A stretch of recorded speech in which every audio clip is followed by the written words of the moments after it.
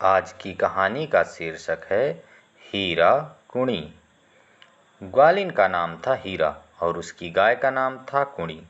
हीरा का 1 महीने का बच्चा था। गाय की भी 1 महीने की बछिया थी। हीरा रायगढ़ के पर्वत पर चढ़कर महाराष्ट्र के राजा को दूध देने जाया करती थी। राजा कुणी गाय का दूध पीकर आनंद मनाता था। बछिया रोती रहती थी। हीरा के मन में बछिया के लिए किसी भी दिन दया नहीं जागती थी। दूध दुहने के समय कुणी गाय रह रहकर बछिया को पुकारती थी। बछिया दौड़कर दूध पीने के लिए आती, पर हीरा उसे लौटा देती। उसे खूंटे से बांधे रखती थी। इस प्रकार बछिया अपनी माँ को नहीं पा सकती थी और दूध के लिए तरसती बिलखती रहती थी। हीरा का ध्यान उधर कभी जाता ही नहीं था। वह तो सुबह शाम दूध धोकर उसे बेचने के लिए राजा के किले में चली जाती थी। रात होने से पहले ही हीरा किले से लौट आती थी। पहले अपने बच्चे को दूध पिलाती, थपकियां देकर सुला देती, फिर बछिया को पकड़कर कुणी के पास ले जाती।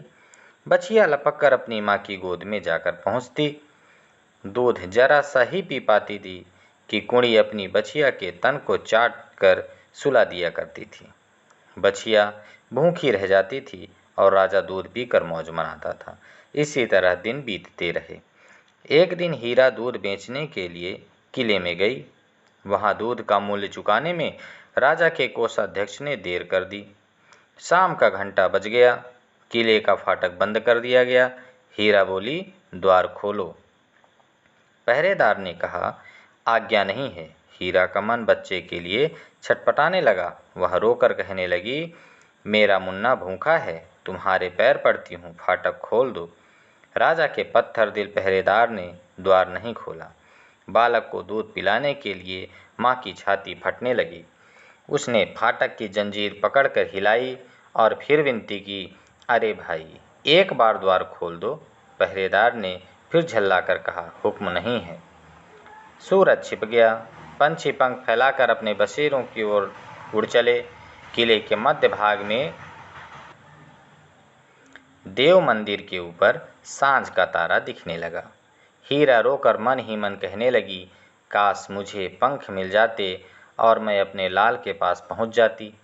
वह दूध पिए बिना बिलख रहा होगा। पहाड़ के नीचे तराई में ही हीरा का घर है। कुणी गाय अपनी बछिया को पुकार रही है। वहां से उसकी पुकार हीरा को सुनाई पड़ी। वह दूध की मटकी पटक कर उठ खड़ी हुई। वह किसी रास्ते की खोज करने लगी। किले की दीवार पुरानी थी। एक जगह पर किनारे से पहाड़ धंस गया था। एक पीपल का पेड़ दीवार पर झुका था। उसी जगह पर आधी रात में चांदनी पड़ रही थी। हीरा ने चांदनी में देखा कि चट्टानों की नोक घड़ियाल के बड़े बड़े दांतों की तरह चमक रही हैं। हीरा उसी रास्ते से धीमे धीमे उतरने लगी। एक पत्थर पर पैर टिकाकर उसके बाद एक पगडंडी से हीरा अपने घर जा पहुंची। उस समय रात का तीसरा पहर बीत रहा था। भोर होने की तैयारी थी। बच्चा रो रो कर सो गया था। हीरा सोते हुए बच्चे को उठाकर छाती से लगाकर दूध पिलाने लगी। उधर रस्सी तोड़कर कुणी की भूखी बछिया भी दूध पीने लगी। हीरा ने उस दिन उसे बांधा नहीं। भोर हो गई। दिन चढ़ने लगा। रायगढ़ के राजा ने नींद से जागकर दूध मांगा। हीरा दूध नहीं लाई थी। हीरा के घर से दूध लाने के लिए सिपाही को दौड़ाया गया।